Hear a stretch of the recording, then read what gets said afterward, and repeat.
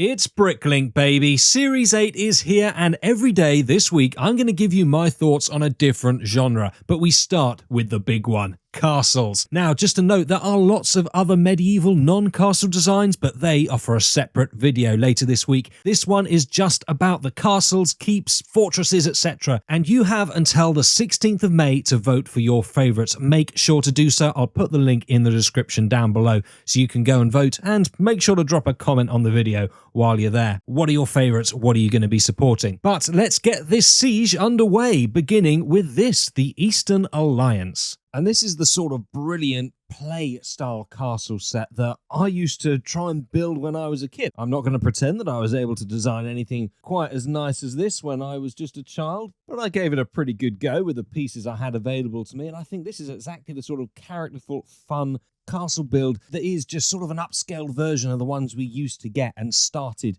the love of Lego for so many. Some of the ones, as we'll see in this video, are very stylized and probably better from a display point of view. But when it comes down to the sheer fun of something, I feel that this really ranks right up there. It also makes up for being quite condensed in places with clever little features, which, as you can see here, reveals more of the depth and detail to the set. And that's important because this is a big set as it is, 4,000 pieces. That maxes out the count for these BrickLink submissions, and I think that a trap some fan designers quite often fall into when they are hitting that top limit is that they just go for the general size and scale of the build itself without paying attention to the little details that make up the character of something and the storytelling that's so important for these Lego sets. Now with this one, much like we got with the Lion Knight's castle, you can have it condensed down, perhaps a little bit easier from that displayability point of view, but then it does just open out, gives you access to all of the features on the inside, and it really does look sprawling. On the inside, we have plenty of different rooms. They are quite small, however, you can clearly fit a couple of minifigures in each, and the detailing on them is good and strong. But what I really like about this is that it's been modularized so that you can just easily gain access to all of the different sections, and that really will promote play. It's also not just focusing in on one faction. Our fan designer has gone with a very hustling and bustling scene, from the everyday workers, plenty of animals of course, and lots of antics going on between the different factions. I am also a big fan of collecting the different animals, so I like that we've got quite a few submitted with this idea, although there does seem to be a bit of an obsession with squirrels throughout these pictures that our fan designer has put in here. Not that I have an issue with that, I do like squirrels, although slightly less after I had a run-in with a short-sighted one on a nudist holiday. Anyway, as far as the actual look of the build itself, I think it does well with a classic vibe. Obviously, most of it is done in all the light grey pieces. However, it is nicely interspersed with lots of different colours to sort of break that up. So my overall verdict is that it's not the best looking on this list. There's definitely ones to come which I feel visually have a greater and more striking impact, but it's still pretty strong in that regard whilst having a super amount of play features. I really like it. What do you think? Let me know in the comments. My next choice comes in at just over 1,350 pieces, and it is this, the Mounted Castle. Very different, I'm sure, from what many of you will be expecting and used to. However, I have sung the praises previously with fan designers who have taken concepts and done them so that they can be hung on a wall. After all, not everybody has an unlimited amount of coffee table space or shelf space or whatever it might be. So having sets designed specifically that can be hung on the wall, I think is a brilliant move. And doing it with castles, I think, is a great option. Of course, this is a very small and condensed one, mostly a facade, but I think it's a pretty good-looking facade. And again, I remind you, only 1,350 odd pieces. This is a nicely sized build. If it was made, then it should be priced in pretty reasonably, and I think would be really refreshing to be able to have. You know, I'm not quite so sure about the colour of green that's been chosen, but to be fair, it has actually been warming on me. The more that I look at it, it seems to suit it better and better, and also helps to offset against the rocks that we've got below. If this was all just grey, then that would become a little bit boring. So actually quite a nice colour choice the more that I look at it, and just a really fun concept. Of course, we did have something like this on the Australian version of Lego Masters. Now, that was the challenge to make extremely big castle builds and fantasy builds that could come out from a wall. And whilst it made for great television, hardly practical for actually having in your home. This, on the other hand, it's not going to take up much space, and I think it really does become a cool option. I would genuinely like to see a lot more submissions along these sorts of lines, and most pivotally, for Lego to start producing them. You know, some of the art that they do is good, some of it is really not for me. So if they could expand upon that and actually start giving us some decent little size sets like this, I think it's a fun idea. And just because it's hung on a wall doesn't mean that you can't have minifigs. Of course you can. It's a great prominent way to display them. And just as a last thought, I also really like that the fan designer has gone with, you know, little features like the waterfall that's coming down and also the trees coming out from the sides. That adds a little more dynamism and makes the whole thing that little bit more interesting. So big thumbs up from me. Moving on now, though, we come to the Song of the Dragon Dynasty. This is another 4,000 piece set, so it is topping it out, and there is a lot of them that are doing this, okay? At the top end of the scale, size-wise, there are many builds that are going toe-to-toe, so that means that quite a lot of them are obviously going to be unsuccessful. Now, sometimes that can be a bad thing for sets like this because it is, of course, quite different. And when something challenges perceptions in this way and, you know, really does step away from the status quo, it can definitely make it more difficult to sort of garner the votes that it needs.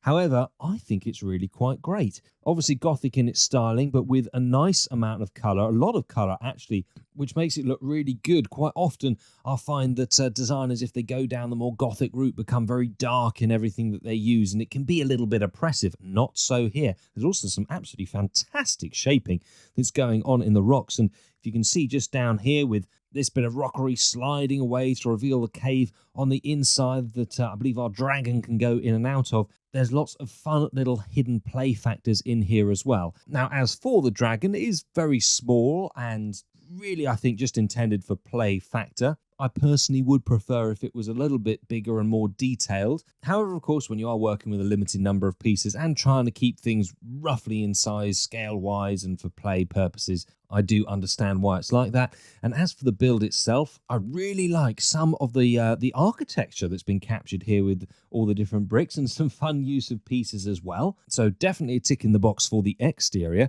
And then when we open it up and take a look on the inside, lots of fun features again. You know, actually quite impressive. There's loads of rooms, as you can see, but none of them are particularly cramped. I mean, yes, there are a couple where you can only just about fit a minifigure in, and in that regard, when that space is a little bit sparse, I don't like it as much, but there's only a couple of instances in that. The rest of it, I think, is really well proportioned, has some great design work going in on it, you know, lots of features, really building out the story, and another one that's focusing in on being nicely interactive. You know, just speaking personally for a second, I do prefer builds that are a little bit more classic in the way they look than this. It just fits in more with what I have on display, and I'm sure that many others will feel the same. However, there are plenty of folks who are a little bit fed up with all of the, not samey castles, that's a little bit insulting, but the ones that are of a similar ilk and just are after something that is very different, and this definitely gives that to them. And I think it's pretty brave to step outside the box in that way and give some very bold design work. So in conclusion, not my favourite,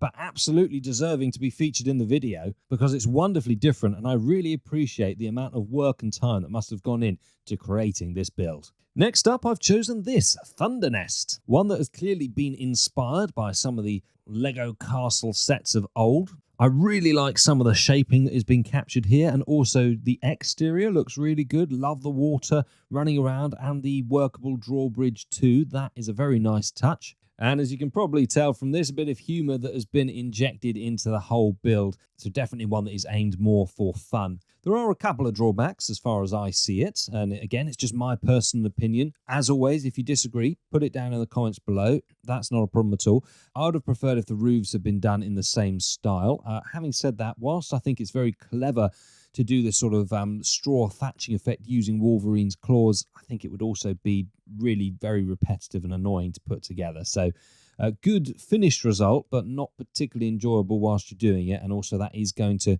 eat up quite a lot of pieces into the piece count. Back on the plus side of things though, it's another set that focuses on some important playability features, and I really like the geometry of this as a whole. Some of the shaping that's going into this and the way it blends together is very complementary. It is, just couple of things like this which are sort of detracting from it a little bit for me. Now, the other thing with this set is that, of course, I like it, which is why I include it. However, it is topping it out again, almost 4,000 pieces. Now, if we compare that to even a couple of ones we've already looked at, and certainly some of the sets to come, this doesn't feel like it is one that can stand up to those. It needs to be smaller. In fact, I'm quite surprised it is that many pieces. So there's aspects of this that I really like, and I think it would be a fantastically fun little set, except that's the problem. It's not little. Sometimes less is more, and if this could perhaps be reworked in a way that would condense it down, make it smaller, I actually feel that would work to its advantage. Those are my thoughts for what they are worth, but I definitely think it's got a strong foundation to be working from. Now, next up is something very different. The Soul Keeper's Sanctum, a new castle faction. Ooh, how dare you introduce a new faction. Terrible thing to do. But in this instance, really cool. Reminds me a bit of World of Warcraft originally, like when it first came out. God, 20 odd years ago now, is it? Must be about that. And I haven't played it since, so it's probably changed a great deal since then, but that's the sort of vibe that I'm getting. Certainly a very large and impressive looking build, and combines our Wolfpack faction against the new skeletal army of the Soul Keepers. And just a note on this, because I have said in the past I'm not very keen on skeletons being included in these sets because, you know, they're so easy to come by, they're not really minifigs, etc., etc. But I will very happily make an exception here, simply because of the way they've all been combined together, and some in larger, interesting ways. I mean, of course, you've got like this bone golem and the dragon as well, which are awesome, but even the skeletons and just having them mixed and matched, I feel they look really cool. And this is a set, actually, that would really promote play and sort of a battle style, more so than many that I can ever remember seeing. So in that respect, it's really cool. Got a very interesting styling in its architecture. I nearly didn't include it in this video because, as I said, I'm going to do a separate video focusing on the other medieval sets, okay, the non-castle sets.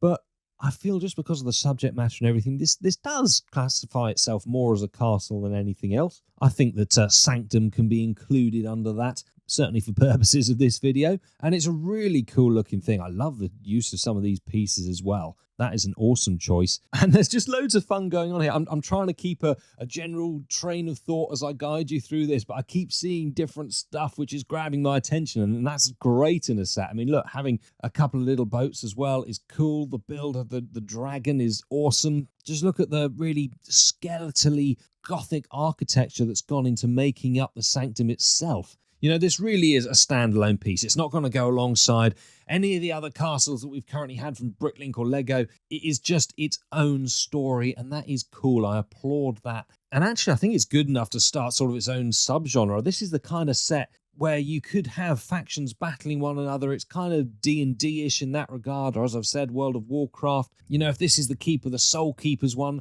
I'd like another in a similar style for the Wolfpack and other factions, and you could just have it all on a giant board and get your friends around and have so much fun with this. And I think that's what really draws me to it. It's intriguing from a displayability point of view. I can't say that it's, you know, that's its really strong point, because if you were just displaying this, then whilst it's fun and different, that's not where its strength lies. This, for me, is all about the playability factor, and sometimes that's all that a Lego set needs to be. It's a toy, after all. I know we collect it, I know we display it, I know we pay a lot of money for it, but it is a toy, and it should bring the joy that you remember it from having it as a child, and this is super cool in that regard. So I don't know how well it will fare in voting because it is just so different, but for what it's worth, I like it a lot. I think it's a pretty brave and cool concept to go with. Now, seeing as we were talking about the Gothic, I do need to mention the Red Rose Castle again. I'm not going to go into this a lot, though, because it has been submitted a couple of times now, I do believe, and I've given it a very thorough review in the previous BrickLink series, I believe 6 and 7, unless it was 5 and 7. Can't remember without checking, to be frank. But just to summarize, it's filled with lots of features. The exterior is a fantastic display of interesting and expert building techniques to create a very detailed, layered, and imposing looking build. I think it would complement the likes of the Transylvania Castle, that Sleepless Night was successful with, whilst being, different enough in its own right. That said, it has fallen by the wayside a couple of times now, but you never know, it might still find a way to win out. Alternatively, it might just be one of those cool submissions that never quite makes it. Still worthy of a mention though, great looking build. Next on my list though is the Dragon Master's Fortress. This one coming in fractionally smaller, it's just under the 3,500 piece mark. And I feel that it stands out thanks to a different colour palette that's being used, of course a couple of baby dragons and the bigger one itself, and focusing in on a different faction. I'm very glad that we got the Wolf Pack, for example, on the way now. I was a big proponent for that, if you've watched my videos in the past. But I do want to see more different factions, not always the same ones. As much as I like the Lion Knights, I don't always want to see them, for example. And it is just as an example, don't get offended. But I don't always want to see them being proposed. So having, a different faction being given some love is a good thing. And this is another set which is focus sort of in on the more juniorized, quirky play features. That's no bad thing. I think there's definitely a place for that, and the build as a whole also fits in with that sort of quirkiness and definitely has a different aesthetic appeal. Now, on the drawback from this, it is quite bland on the inside. I like the way that you can obviously take it apart. Got no issue with that, but it is rather barren on the inside. There's not much going on, and that is a shame because we've got some really nice detailing on the exterior, but even though this isn't topping the piece count out, 3,500 pieces is a lot. And it's also, well, it would be a lot of money were it chosen. I don't think it's going to get the votes, to be frank. And the main reason for that is I feel that this is another build which is suffering from being oversized. And apologies to the fan designers, I'm not trying to be mean to anybody. The very fact that I feature them in these videos is because I think that they have something really good about them, but I'm obviously going to offer my criticism for what it's worth. So this is a set that needs to be 1,000 pieces less, quite frankly. How you go about doing that, whether that's even possible whilst retaining the core concept, is a different conversation and not one that I'll get into here. But I think you could keep some interesting shaping, the cool colours, and some nice playability if you actually reduce this down in size. Just make this more of an outpost or a little keep or even a bit of a ruin or something. Use an excuse to make it smaller while still having the key characters and the dragons in. I think then it would stand more of a chance because I do like it. I think it's a pretty cool design, but I don't see it standing up to some of the big boys in this contest. Now, moving on, just a quick mention for the Mountain Kingdom. This is one that we have also seen proposed before, so again, I'm not going to dwell on it too long. You can always go back and watch the video from Series 7 to see my thoughts on this in more detail, but there have been a few changes. I think they're for the better. I love some of the texture that goes into this. I think that is fantastic. I'm not quite so keen on the color palette. Too much in the way of grey, only being broken up really by sort of black and red and a few bits of dark brown. There needs to be more in there, and I'm not talking loads of bright greens and pinks and blues or silly stuff, but I find it a little bit bleak just in the way it's looking. Could have done with some more colour being inserted. That would be my feedback on this, but as far as the shaping and texture of this is concerned, it's got to be one of the coolest ones. And I also just want to call out when designers do give us castles that have curves to the turrets. That is great because so often it's just straight edges, isn't it? It's always done in rectangles and squares. And I guess that's more the sort of classic Lego vibe, but there's definitely something nice about the different building techniques of getting curvature on there that looks good. As far as the inside goes, this opens up to reveal nice interior, plenty of detailing in there, and for the most part, what looks to be a good amount of space. Again, a couple of exceptions where it's a little bit cramped, but for the most part, you can get some minifigs in there, and that does build out on the story. So it's got a lot of positives. I do think that the exterior could benefit from some more colour being inserted, and this is another one which is 4,000 pieces, so it's putting it up there right at the top again. And that means that it's going to have to contest with things like our next one, the Scarlet Bastion.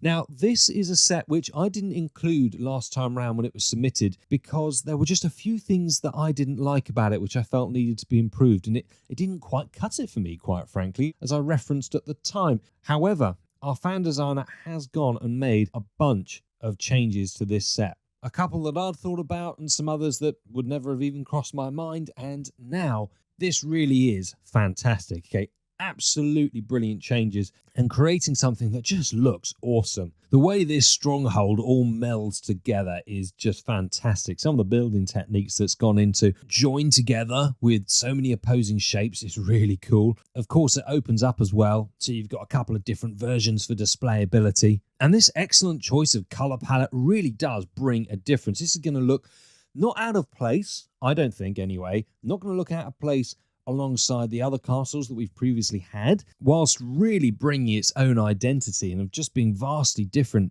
in terms of that color palette used. You've also got a nice amount of storytelling going on here. It is a little bit cramped at the base. You know, I've said this about previous ones, so I can't be unfair and then not say it about this. Would have been nice if there was a little bit more space down here. However, this is maxing it out again size-wise, so there's only so much that you can do, and that's only a little negative, okay, towards it. I'm being quite nitpicky there, because otherwise I find this very refreshing. When I look at these critically, I always try to think about what is this castle going to look like just on its own as a standalone display piece, but also how does it fit in for those people who do have the other castles and, like me, are sort of building out a world. Does it fit in with that? Does it complement it? And in both cases, so on its own and with the others, I really feel that this is definitely adding to that rather than detracting in any way. So it gets top marks. Another idea that is refreshing and different and bold, and I take my hat off to the fan designers that are willing to put themselves out there and buck the trend and do that rather than falling into the sort of samey trap. So this is a really strong contender. I think it'll probably get quite a lot of votes. As always, I will bring you a separate video on my actual winner predictions. And I won't give anything away right now other than to say that this, whilst it might not be in my final 5, is certainly going to be featured in the video as a very strong contender. Moving on now, we come to the Castle on the Rock, and a pretty majestic looking build, I think. There's something very regal in the way that this has been designed. Now, it's probably not going to take anybody by surprise knowing that this is once again topping out the piece count, but it's just one of those builds where you can see why. It sort of justifies itself in terms of its scale and the level of detailing that's gone into it. You know, some of the builds I look at and I sort of think, how is that quite that many pieces that have been used? Whereas here, the level of detail, I'm actually surprised they've managed to get this just to that 4,000 piece mark. You know, quite a lot of the old castles that we had, the classic ones, used to have those base plate ramps that came with it. Obviously, that's not what has been done here. It's been modernized and very nicely so. I love the look of this. My only negative about it is that a lot of that piece count is going to be going into building up this sort of cliff and, of course, the slope at the bottom. I feel it does add a lot in terms of character, don't get me wrong. However, it is going to be using up a lot of pieces in order to do that.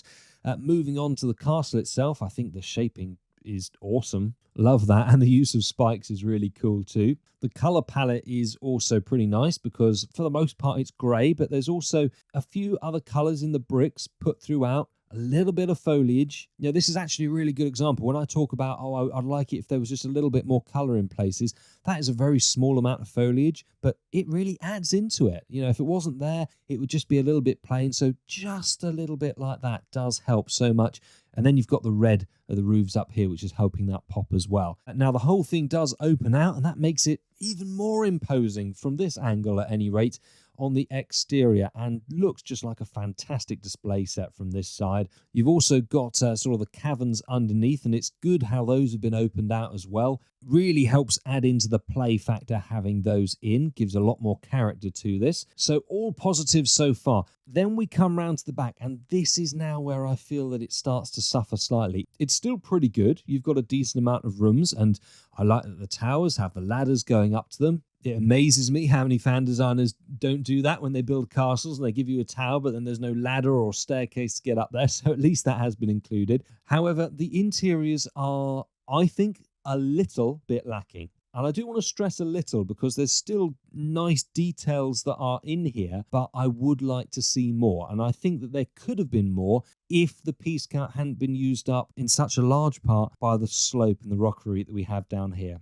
And it's a hard compromise because I really like this feature. I think that it adds a lot of character into the build, but unfortunately it does mean that it's now maxed out piece count wise. And so where we could have had a little bit more detail on the interior, I think that is a minor weak point for what is otherwise a really strong and cool looking build. Do you agree with me on that analysis, or do you disagree? Do you think that it's the right compromise, or does something else have to be done? Let me know in the comments down below. Now that brings us on to the final 5 for this video, and in no particular order, 5th spot is this, the Abandoned Castle. Another one which, you guessed it, topping it out piece count-wise, but I think you will see why in this, because there is a lot going on. It's a great set in terms of playability, and also not bad either from a display factor. I think that it strikes the right balance between something which, yeah, is clearly abandoned, but isn't an outright ruin. So we've still got a decent amount of castle structure to enjoy here. Also, it being abandoned gives a perfect reason for there to be foliage growing up and around it. And again, I really do like that. It helps just make the colours pop so much. And also the choice of different colours for the brickwork too. Maybe it's just me, I don't know, let me know in the comments, but I find that that's really helpful in breaking up what can otherwise be a little bit monotonous in the way that some of these builds look. So that's fantastic. Good amount of terrain, and I'm seeing lots of little cogs and things here that look like interactive play, so excited to see where that's going to lead us. We have treasures, traps, and spiders. Oh, yes, indeed. There's lots of the nasty things down there. Look at that. There's clearly a lot of attention to detail that's gone into this. It's very much a set that's been designed around the play factor and lots of fun, and that is cool. We've got different factions again, the Lion Knights versus the Wolf Pack in here, and clearly, as well as opening out, it also detaches too, which is a nice feature. So that again is going to give a good ease of access. I mean, I think this is a great example when I speak in these videos about spacing sometimes being a bit cramped. This is a great example of how, yes, okay, we've got some small sections here, but it's been thought through really well. Okay, there's room for our minifigures to be positioned. There's a nice amount of features on the inside. This is the sort of set which I like, because you can really delve into it, get involved, and sort of find more and more stuff as you're playing about with it. And that's great. As much as I like something that looks cool from a display side of things, and I feel that that is a really important factor, because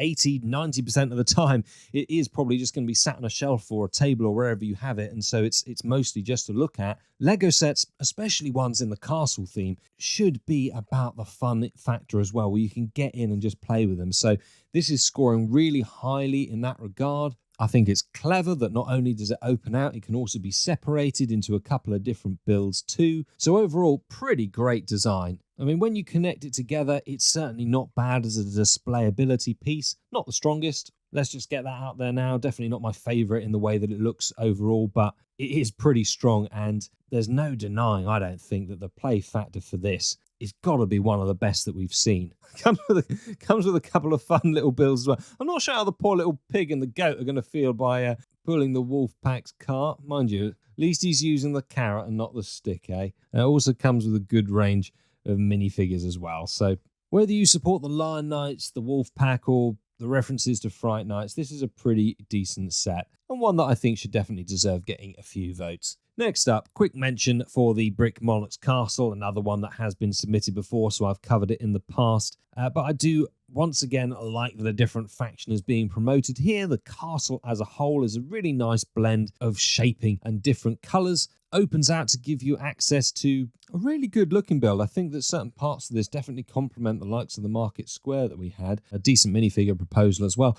The detraction for me, as I think I've mentioned in the past, is the limited interior. It's just a bit too sparse in places. However, on the flip side of that, it is modularized, so you can really gain access to this and position your minifigures how you want them. But I definitely feel the exterior is the strong point of this build rather than the interior. Plenty of fun little play features, though, to this one. So I've liked it before when it was submitted. I still like it now. As for how well it'll do, only time will tell. Only 3 more to go, though, and this is the Gilded Island Keep. I really like the look of this. It's very different in its styling. A Mediterranean fishing keep. And yes, I know, not strictly a castle, but again, I think it's just about border on it strongly enough to be included in this video. Size-wise, you guessed it, almost 4,000 pieces again. But I really like the hustle and bustle of this set. You can tell it's got some serious scale to it and a really nice, charming character. I just love the use of colours on this one. It's very different, but also very pretty. The only part of it that I don't like is just the black used on the top tower. That's literally the only thing. Otherwise, I think it looks a really stunning set. You know, you've got a couple of little boats that come with it, what appears to be a working crane, so you can hoist your treasure up and down. So it's got the play features, but also the look of it is a really nice aesthetic. The way it blends together, absolutely super. Having said that, whilst the exterior looks great, the interior is no slouch either. It doesn't look particularly bare. There's plenty going on. Good amount of spaces to once again delve into and find different bits of adventure to be had. I think it's a really great concept. Now, my only question over this one is the same that I posed earlier. How well does this fare as a standalone piece, and how well does it fit in with others that we've previously had? Well, as a standalone piece, I think it's pretty awesome, but I do question quite how well it'll fit in aesthetically with some of the others. I love some of the play features that we've got going on here, though. That is great. Makes for a really entertaining set. And to be fair, if we're thinking about the storytelling side of things, the fact that this is